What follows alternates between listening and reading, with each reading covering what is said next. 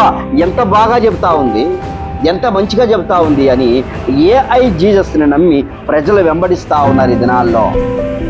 Switzerland లో Lucius అనే ఒక ప్రాంతము, ఆ ప్రాంతంలో సెయింట్ పీటర్స్ పెద్ద చర్చి, ఆ చర్చిలో ఇది పెట్టారు.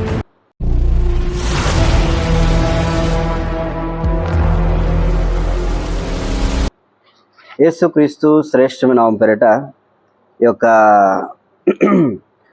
రాత్రికాల సమయంలో చేరి వచ్చిన మీ అందరికీ నా హృదయపూర్వక వందనాలు. అందరికీ ప్రైజ్ ది లార్డ్.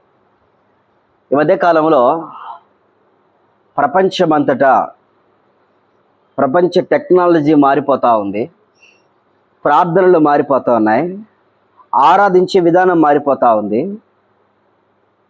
ఒక రకమైన బోధ, ఆరాధన క్రమాలు మనము చూస్తూ ఉన్నాం. వీటి విషయంలో మనము చాలా జాగ్రత్తగా ఉండవలసిన దినాలు కనబడతా ఉన్నాయి. చాలా జాగ్రత్తగా ఉండాలి. మందిరాలు కట్టుకుంటున్నాం, బాగానే ఉంది, ఆరాధిస్తూ ఉన్నాం, బాగానే ఉంది.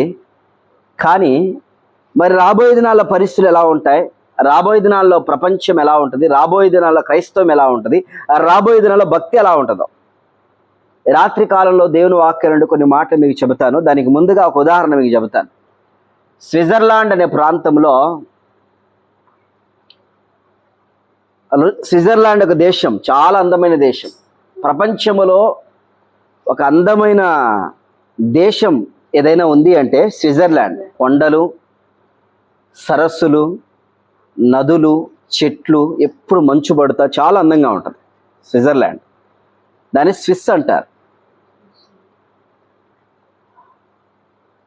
అయితే అక్కడ సోస్ కాదు, స్విస్. అయితే అక్కడ స్విట్జర్లాండ్లో 300 సంవత్సరాల క్రితము ఒక చర్చ్ ఉంది, సెయింట్ పీటర్స్ చర్చ్ అంటారు దాన్ని. ఆ సెయింట్ పీటర్స్ చర్చితో పాటు చాలా చర్చిలు ఉన్నాయి, చర్చిలకు ప్రసిద్ధి కూడా. అయితే సెయింట్ పీటర్స్ చర్చి అనే చర్చిలో ఒక వ్యక్తి ఏం చేశాడంటే, ఒక ఆరాధన కేంద్రం, బలిపీఠం లాగా ఉంటుంది, ఇలాగ బలిపీఠం లాగా. ఈ బలిపీఠం లాగా ఉండే దగ్గర ఒక వాయిస్ పెట్టాడు. వాయిస్ పెట్టి ఒక కంప్యూటర్ పెట్టాడు. ఆ కంప్యూటర్ దగ్గరికి వెళ్ళి ప్రజలు, ఇక అక్కడ పాస్టర్ గారు లేరు, కేవలం కంప్యూటర్ ఉంది. అది AI computer, AI pastor, AI యేసు ప్రభు వారు అని పెట్టాడు. దాన్ని ఏఐ జీసస్ అనే పేరు పెట్టారు. దానికి పెట్టి అక్కడ వాళ్ళు ఏదైనా ఉంటే వెళ్ళి ఆ కంప్యూటర్ని అడుగుతారు, యేసయ్యా మాకు సహాయం చేయండి, మేము ఈ సమస్యల్లో ఉన్నాము, ఈ కష్టాల్లో, ఈ బాధల్లో ఉన్నామని. అంటే ఆ ఏఐ యేసయ్య అనేది వాళ్ళకు చెబుతుందంట, ఇదిగో ఇలా చేయండి, ఇలా చేయండి, ఇలా చేయండి అని. అలా చెప్పినప్పుడు వాళ్ళు దాన్ని బట్టి ఫాలో అవుతున్నారంట. యేసు ప్రభుకు ప్రార్థన చేయట్లా, యేసు ప్రభుని అడగట్లా, యేసు ప్రభుని దగ్గర ఆయన మొరపెట్ల. కానీ ఎవరి దగ్గరికి వెళ్తున్నట్టే కంప్యూటర్ దగ్గరికి వెళ్ళి ఆ కంప్యూటర్ దగ్గర ఏఐ జీసస్ అని పేరు పెట్టి అక్కడ వాళ్ళు సృష్టిస్తూ వచ్చారు, దానికి ప్రార్థన చేస్తూ ఉన్నారు. ప్రతి సమాధానం అక్కడి నుంచి వస్తూ ఉంది, ప్రతి సమాధానం ఇస్తా ఉందంట. ప్రతిదీ కూడా కరెక్ట్గా, ఇదిగో నీకు సమస్య ఉంది, నీకు ప్రాబ్లం ఉంది, ఇదిగో నీ ఇబ్బందితో బాధపడుతుందంటే, అబ్బా ఎంత బాగా చెబుతా ఉంది, ఎంత మంచిగా చెబుతా ఉంది అని ఏఐ జీసస్ని నమ్మి ప్రజలు వెంబడిస్తా ఉన్నారు ఈ దినాల్లో. స్విట్జర్లాండ్లో లూసియస్ అనే ఒక ప్రాంతము, ఆ ప్రాంతంలో సెయింట్ పీటర్స్ పెద్ద చర్చి, ఆ చర్చిలో ఇది పెట్టారు.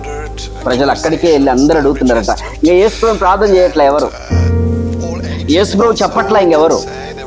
ఆ కంప్యూటర్ దగ్గరికి వెళ్ళడము, దాని దగ్గరికి వెళ్ళిపోవడము, ప్రార్థన చేయడం. రాబోయే భవిష్యత్తు కూడా ఈరోజు మనం గమనించినప్పుడు మనం సెల్లులో కూడా ఏఐ టెక్నాలజీ అని ఉంటుంది. ఆ ఏఐ టెక్నాలజీ ద్వారా సొంతంగా మనం ఏదైనా చేసుకునేలాగా ప్రణాళికలు చేస్తూ ఉంది ఏఐ. అది ప్రపంచాన్ని శాసించబోతుంది తొందరలో. ప్రపంచమును శాసించబోయి ప్రపంచము దానికి అడిక్ట్ అయిపోతా ఉంది, దాని మీదకి వెళ్ళబోతున్నారు ప్రజలు. దేవుడి దగ్గర అడగరు, దేవుడి దగ్గర ప్రార్థన చేయరు, ఏం అవసరంలా. అయితే చివరికి ఇది మనల్ని ఎలా తీసుకెళ్తుందో తెలుసా? దానియేలు గ్రంథములో దానియేలు ఏ విధముగా తను మోకరించి ప్రార్థన చేస్తున్నప్పుడు ఆ నెబుకద్నెజరు రాజు అనే ఆయన నాకే నమస్కారం చేయాలా, నన్నే పూజించాలా, నన్నే ఆరాధించాలా, ఎవరైనా అలా ఆరాధించని పక్షమున వారిని నేను సింహాల గుహలో వేస్తానని చెప్పిన చట్టాన్ని రాబోయే దినాలు ఏఐ టెక్నాలజీ కూడా తీసుకొస్తుంది. ప్రార్థన చేసేవారు కనపడరు. గుర్తుపెట్టుకోండి, రాబోయే దినాలు ప్రార్థన చేసేవారు దొరకరు. ప్రార్థన భారం ఉండదు, కన్నీటి ప్రార్థనలు ఉండవు. మరి ఏంటి, ఏది అడిగినా కూడా ఈ యొక్క గూగుల్ కానీ, ఈ ఏఐ టెక్నాలజీ కానీ సమస్తము మనకు చెప్తుంది. ఈరోజు మనం నెట్లో చూస్తే గూగుల్లో అనేకమైనవి కొడితే అది ఈజీగా మనకు సాల్వ్ చేస్తూ ఉంది ప్రాబ్లమ్స్. ఒకప్పుడు డాక్టర్ దగ్గరికి వెళ్ళాలా, ఒకప్పుడు లాయర్ దగ్గరికి వెళ్ళాలా, ఒకప్పుడు ఇంకొకళ్ళ దగ్గరికి వెళ్ళాలా, ఒకప్పుడు వేరే వాళ్ళ దగ్గరికి వెళ్ళాలి. కానీ ఎక్కడికి వెళ్ళాల్సిన అవసరం లేదు. ఈ దినాన కూర్చున్న చోటనే మనకు పరిష్కారాలు అవుతున్నాయి. అయితే రాబోయే దినాలు ఇది ఎలా తీసుకెళ్తుంది, ఏ విధంగా జరుగుతుందంటే ప్రపంచాన్ని శాసించే క్రీస్తు విరోధి యొక్క పరిపాలన ఆరంభమవుతుంది. ఈ దినాల్లో మనం చూసినప్పుడు ప్రపంచమంతటా యుద్ధ వాతావరణం జరుగుతూ ఉంది. ఇస్రాయేల్ దేశానికి, ఇక దేనికి, ఇరాన్కి, అమెరికాకు యుద్ధం జరుగుతాయి. ఈ యుద్ధం వలన ఏమైంది,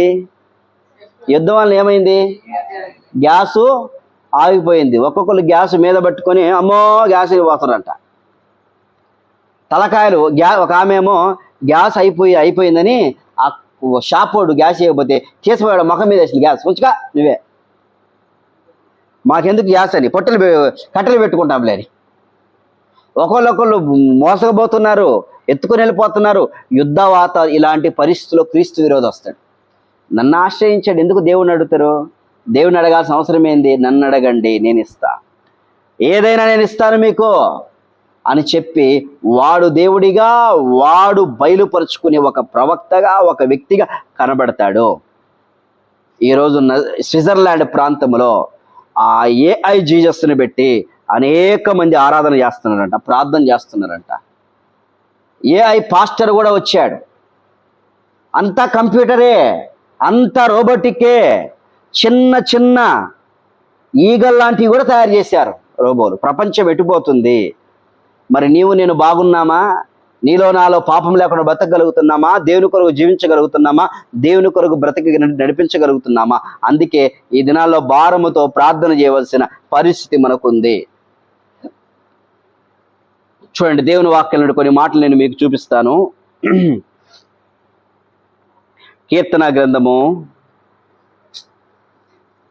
107వ అధ్యాయము, కీర్తన గ్రంథము 107వ అధ్యాయము 13వ వచనం. కష్టకాలమందు వారు యెహోవాకు మొరపెట్టిరి, ఆయన వారి ఆపదల నుండి వారిని. కష్టకాలమందు వారు యెహోవాకు మొరపెట్టారు. ఎవరు పెట్టారు మొర? ఏ వ్యక్తి పెట్టాడు మొర అని చూస్తే ఇశ్రాయేలు ప్రజలు మొరపెడుతున్నారు. కష్టకాలంలో మొరపెట్టారు. ప్రభువా, మేము కష్టంలో ఉన్నాం, ఎదురుగా ఎర్ర సముద్రం ఉంది, నీళ్లు లేవు, మాకు చాలా కష్టాల్లో ఉన్నాము, చాలా ఇబ్బంది ఉన్నాం, ఆయాసపడుతున్నాం, కృంగిపోయినాం, సహాయం చేయి ప్రభువా అని ఇశ్రాయేలు ప్రజలు అడిగినప్పుడు దేవుడు వారి ఆపదల నుండి వారిని విడిపించాడంట. ఆపదల నుంచి విడిపిస్తూ వచ్చాడు. ఈరోజు నీకు కష్టం రాగానే, బాధ రాగానే ఎవరి దగ్గరికి వెళ్ళిపోయి మనం అడిగితే వారు సహాయం చేయరు. ఈరోజు నీవు కూడా ఎన్నో ఇబ్బందుల్లో ఉన్నావు, ఎన్నో బాధల్లో ఉన్నావు, ఎన్నో సమస్యల్లో ఉన్నావు, ఎన్నో కష్టాల్లో ఉన్నావు. ఎవరి దగ్గర అడగాల? యేసు ప్రభు దగ్గర అడగాలి. యేసయ్య దగ్గర అడగాల, ఖచ్చితంగా ఆయన తీరుస్తాడు. సైతాన్ అంటాడు, నన్ను అడుగు నేను ఇస్తాను అని చెబుతాడు సైతానుడు. సైతాన్ ఎన్నో విషయాల్లో మాట్లాడతాడు. నన్ను అడిగితే నేను ఇస్తానంటాడు. వాడు అడుగుతాము, వాడు చివరికి నాశనంలోకి తీసుకెళ్తాడు. ఒక రోజంట, పిల్లలు ఏనండి జాగ్రత్తగా వింటున్నారా? ఒక రోజంట ఒక ఆయన, యవ్వనస్తుడు, 25-30 సంవత్సరాలు ఉంటాయి. అతను దేవుణ్ణి నమ్ముకున్నాడు. దేవుణ్ణి నమ్ముకుంటే ఏమీ కావట్లే, డెవలప్మెంట్ లేదు, ఆస్తులు రాట్లా, కష్టంతో ఉన్నాడు, ఏమీ కనపట్ల, అతనికి చాలా బాధలో ఉన్నాడు. ఏం చేయాలో అర్థం కావట్లా. చర్చికి వెళ్తున్నాడు, జరగట్లా. ప్రార్థన చేస్తున్నాడు, జరగట్లా. దేవునికి ఇవ్వాల్సిన ఇస్తున్నాడు, జరగట్లా. మందిరంలో పరిచయం చేస్తున్నాడు, జరగట్లా. ఏం జరగట్లా? అతను నమ్ముకుని ఎన్ని రోజులు అయిందంటే 2-3 నెలలు అయింది అంతే. ఎందుకు నమ్ముకున్నాడంటే నమ్ముకుంటే నాకు బాగా కలిసి వస్తుంది అని నమ్ముకున్నాడు. కానీ జరగల. కొంచెం కష్టంగానే ఉంది, ఏమీ జరగట్లా. చివరికి ఒక రోజంట అతను పడుకొని ఒక స్వరం వినపడుతుందంట. ఏం స్వరమో తెలుసా? నన్ను నమ్ముకో నీకు అన్నీ ఇస్తా, నన్ను నమ్ముకో నీకు అన్నీ ఇస్తా అనే ఒక స్వరం వినపడుతుందంట. ఎవరిదబ్బా ఈ స్వరం అని చూస్తే, నీ పేరేం పేరు అంటే అన్నదంట, నా పేరు చీకటి అన్నదంట. నా పేరు చీకటి అనంటే, చీకట చెప్పు, ఇంకొక పేరు చెప్పు. నా పేరు దెయ్యం అన్నదంట. మళ్ళీ ఇంకొక పేరు చెప్పంటే, నా పేరు అందరూ పిలిచే పేరు లూసిఫర్. అప్పుడు అతనికి అర్థమైంది, ఏంటి లూసిఫర్ బైబిల్లో దేవుడు చెప్పాడు కదా, ఈ లూసిఫర్ ఏంటంటే, నువ్వు ఇంతవరకు నమ్మావు, ఏమి జరగలా, ఇప్పుడు నన్ను నమ్ముకో నీకు అన్నీ ఇస్తా, పేరు ఇస్తా, ఖ్యాతి ఇస్తా, అన్నీ ఇస్తా అని చెప్పిందంట. సరే నేను నమ్ముకుంటానని నమ్ముకోండంట. నమ్ముకోవడం అంటే నిన్నే వెంబడిస్తా, ఇంకా నీకే ప్రార్థన చేస్తా, యేసయ్యను మర్చిపోయినా. లూసిఫర్, సాతాను నాకు సహాయం చెయ్యి అని ప్రార్థన చేశాడంట. ప్రార్థన చేయగానే అతనికి 4 రోజులలో అతనికి ఉన్న అప్పంతా దొరికిపోయిందంట. 2 లక్షల అప్పు ఉంటే ఎలా పోయిందో తెలియదు, ఆ 2 లక్షల అప్పు పోయింది. ఇంకా విశ్వాసం వస్తుందా లేదా సైతాన్ మీద? విశ్వాసం వచ్చింది. అప్పటి నుంచి సైతాన్ని ఆరాధిస్తున్నట్టు రాత్రిపూట ఇంట్లో చేరి ముగ్గేసుకుని అక్కడ అస్థిపంజరాలు పెట్టుకుని శరీరం అంతా బూడిద రాసుకొని ఒక నల్ల కోడిని కోసి దానికంట నమస్కరిస్తున్నాడు. లూసిఫర్, నువ్వే గొప్పోడివి, నీవే మంచోడివి, నీవే గొప్పోడివి అని ఆరాధన చేస్తున్నాడు. దాన్ని రాత్రులు నిజంగా జరిగిన సంఘటన ఇది. ఆరాధన చేస్తున్నాడంట. చేస్తా ఉంటే ఆ పొగ పైకి పోతుందంట. అతను ఆరాధన చేస్తుంటే చుట్టన్ని దెయ్యాలు వచ్చినాయట. మొత్తం చుట్టన్ని దెయ్యాలు వచ్చేసినాయి, ఆత్మలు వచ్చేసినాయి చుట్టన్ని. నీకేం కావాలా అని అడిగితే, నాకు ఆస్తి కావాలని అడిగాడంట. ఆస్తి కావాలన్నా, సరే ఆస్తి ఇస్తా అని ఆస్తి ఇచ్చేసింది. 6 నెలల్లో తను ఒక ఇల్లు కట్టుకున్నాడు. తను చేసిన పని సక్సెస్ అవుతా ఉంది. దేవుని మర్చిపోయినాడు, తాగుతున్నాడు, బాగా తింటా ఉన్నాడు, అనేకమైన వ్యసనాలకు వెళ్ళి ఇదే జీవితం అంటుంది సైతాను. ఇదే నీకు అన్నీ ఇచ్చానని. అలాగన 2 సంవత్సరాలు గడిచింది. 2 సంవత్సరాలు గడిచింది. సైతాన్ని ఆరాధిస్తున్నాడు. ఈ ట్యాటు వేసుకున్నాడు, ఇక్కడ దెయ్యం ట్యాటు, ఇక్కడ వచ్చేసి అస్థిపంజరాలు పెట్టుకున్నాడు. ఎప్పుడు ఆరాధన చేసేవాడు దెయ్యాన్ని, లూసిఫర్ని ఆరాధిస్తూ వచ్చాడు. ఇంట్లో కూడా లూసిఫర్ బొమ్మలు పెట్టేవాడు. ఇలా జరుగుతూ వచ్చింది. ఒకరోజు సడన్గా అతనికి 2 సంవత్సరాల తర్వాత ఏమైందో తెలుసా? కడుపు నొప్పి వచ్చింది. రాత్రి 4 గంటలకు అల్లాడిపోతున్నాడు. కడుపు నొప్పి వస్తుంది. సహాయం చేయి లూసిఫర్ అని అంటే ఏమీ లేదు, బలకట్లా. ఆత్మలారా రండి అంటే ఎవరు బలకట్లా. అప్పటికప్పుడు వాళ్ళ అమ్మా నాన్నలు వాళ్ళందరూ తీసుకుని వెళ్ళిపోయిన హాస్పిటల్కి. లోపల చూస్తే పేగు పుచ్చిపోయింది. డాక్టర్లు అన్నారు, పేగు కట్ చేయాలండి అన్నారు. పేగు కట్ చేస్తే అబ్బాయి బతుకుతాడో లేడో మేము ఇవ్వలేము అవకాశమో, చాలా ఇబ్బంది అయిపోయింది, మొత్తం ఖరాబ్ అయిపోయింది అని చెప్పేశారు. బాగా త్రాగి తిని అపవిత్రమైన పనులు చేసి నష్టం తెచ్చుకున్నాడు. చివరికి డాక్టర్లు ఇతను బతికే ఛాన్స్ లేదని చెప్పారు. ఆ మంచం మీద ఉండి అప్పుడు ప్రార్థన చేస్తున్నట్ట, లూసిఫర్ నువ్వే కదా నన్ను చేసింది, ఇట్లా నువ్వు అన్నీ ఇచ్చావు కదా అంటే ఎవరు బలకట్లా. ఒక్కసారి బలకవా అని అంటే చివరికి ఒక్కసారి పలికిందంట. ఒక దెయ్యం వచ్చి మాట్లాడిందంట. అప్పుడు ఏంది పిలుస్తున్నావు, ఏంది చెప్పు నీ బాధ అని అంటే, నాకు ఈ రోగం తగ్గించరా ప్లీజ్ అంటే, సంపడము బతికేయడము మా చేతులు లేదు. మేము రోగాలు పెడతాము, నీకు కావాల్సింది అన్నీ ఇస్తాము, తింటావు, తాగుతావు, హ్యాపీగా ఉంటావు. ఈరోజు నువ్వు మాకు కావాల్సింది మేము కావాలంటే నువ్వు మాకు తగ్గట్టుగా జీవించావు కాబట్టి నీకు వచ్చినప్పుడు మేమేం పట్టించుకోము. ఇంకా అవసరం లేదు, ఇప్పుడు నిన్ను తీసుకుపోవడానికి మేము ప్రణాళికలు వేశాము అని చెప్పి మాట్లాడుతూ ఉంటే బాధపడి ఏడుస్తున్నట్ట. వాళ్ళమ్మంట పక్కన కూర్చొని ప్రార్థన చేస్తుందంట. వాళ్ళమ్మ మాట ఇలా చెబితే, వాళ్ళమ్మ మాట వినలా ఎన్ని రోజులు చెప్పినా కూడా. అప్పుడు మోకరించి ప్రార్థన చేస్తూ ఉంటే, ప్రభా నా కొడుకుని కాపాడు, కాపాడు, కాపాడు, నరకానికి పోతున్నాడు. అప్పుడు ప్రార్థన చేస్తుంటే ఒక పెద్ద హస్తం లాంటివి వచ్చి అతన్ని తాకిందట. తాకగానే ఎంబటే ఆ కడుపులో ఉన్న స్వస్థతంతా 2-3 రోజుల్లో పోయింది.